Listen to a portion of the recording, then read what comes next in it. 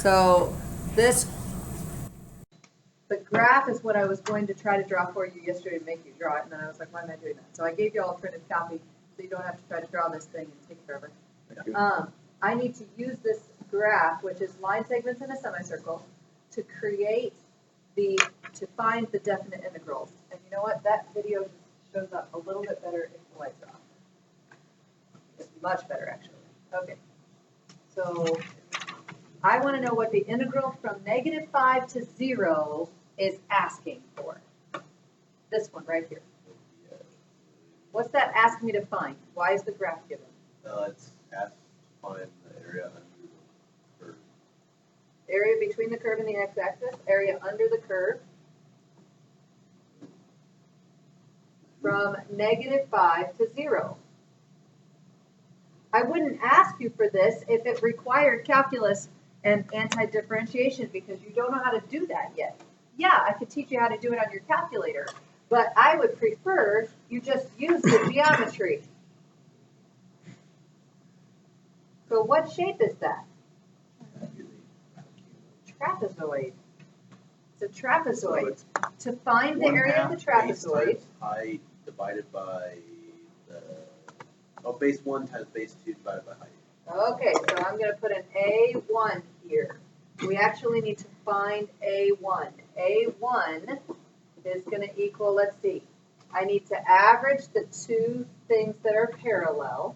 So this one is 2 units tall, this one is 1 unit tall. 2 plus 1 divided by 2 times the distance between them, which is called the height. 1, 2, 3, 4, 5 units between them. 7. So that gives you 15 halves, 7.5, right? So this integral would be equal to 7.5. Wait. Yeah. Is that right? I was trying to think if it's negative or not. It is not negative, and Yeah, here's because why. it starts from -5. It starts at -5 and it goes to 0, Yeah. so you're going from here to there. Yeah. So you're good to go, but thanks for thinking about that. None of these are where you need to flip your limits, okay? So that's a good thing. Okay, how about the integral from 1 to 5 of f of x dx? Well, it's asking me for the area between the curve and the x-axis and from 1 to 5 x values. Find the area of a circle, which is 2 or pi r squared. Pi r squared. Right. Good, so let's call this A3. You'll see why I didn't call it A2 here in a second.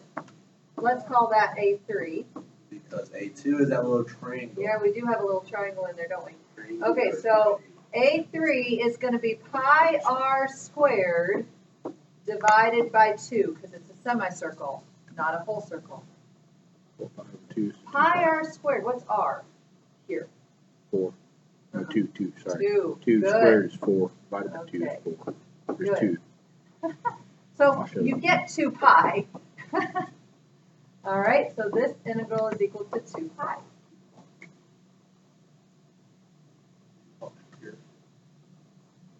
The integral from 5 to 9, let's see how much that takes. Good, not too much. Okay, -5.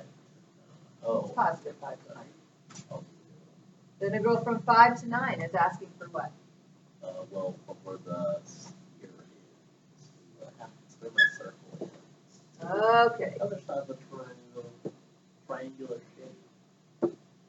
so this side right here, where the semicircle ends to where the triangular shape ends. That's So really good skin, though. 5 to 9.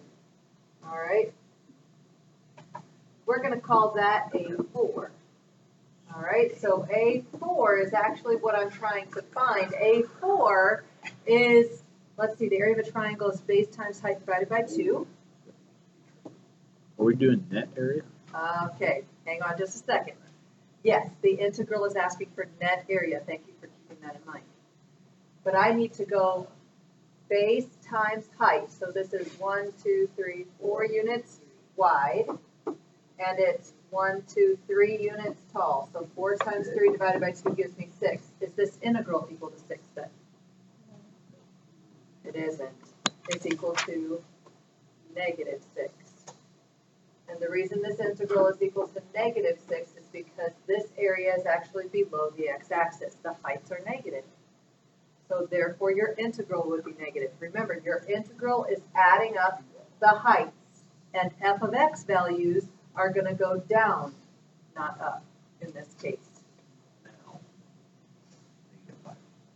Okay, the integral from -5 to 9. So first we need to find A2. Okay, so we actually need to go from here to here, and I need to Find A2. find that little tiny triangle in there. So let me do that with you. Find the area of this triangle right in here. Let's call that A2. Okay, so A1 plus A2 plus A3 plus A4 is going to give me the antiderivative from -5 to 9. A2 is equal to 1/2 the base times the height. Well, now wait a minute. This is 1 square unit and the triangle's half of it, so it's just 1/2. Okay, or 0.5. So A1 came out to what? 7.5. 7.5. A2 came out to 1/2. A3 came out to 2 pi. A4 came out to -6. Very good. Okay. So my antiderivative value from -5 to 9 should be the 8, -6, that's 2 plus 2 pi. Good. 2 plus 2 pi. 2 blocks still alive. Okay, now, I have one more question that I didn't put on here because I wanted to make sure we definitely answered your questions on these first. Do you understand them? Do you have questions? These are easy. Good. So E, I want to know what's the integral from -5 to 9 of the absolute value of f of x with respect to x. So there, you just add 6, so it's going to be 8 plus 6. What does the absolute value of f of x mean? I mean, it's always been positive. That's right. It takes all your f of x values, which are representing what on the graph again? Area. So that'd be a total What's area. f of x? Representing on, That's your yes, y value. it's your y value. So So- you need to make all your y values positive, which essentially is going to do what to this graph? Put everything above x. Make everything above the x-axis. So it's going to take that triangle right here for A4, and instead of having it be negative, it's going to be positive. It does not change the area of each individual section, but it changes that you have area below the x-axis. So this is total area instead of net area is what this is, okay? So you would seriously take 7.5 still, plus 0.5 plus 2 pi plus +6. Not -6 anymore. And add those You did. together. What? So you're going to get 14 plus 2 pi for the total area. The net area is the integral of f of x. The total area is the integral of absolute value of f of x. What do you think? We told you the answer before you explained all that. You made But yourself I'm really recording for Maddie as well. hard. Maddie. Hi. Maddie. All right, I'm taking so my there shirt off you right go. now in case you're wondering. Oh, dear. Okay,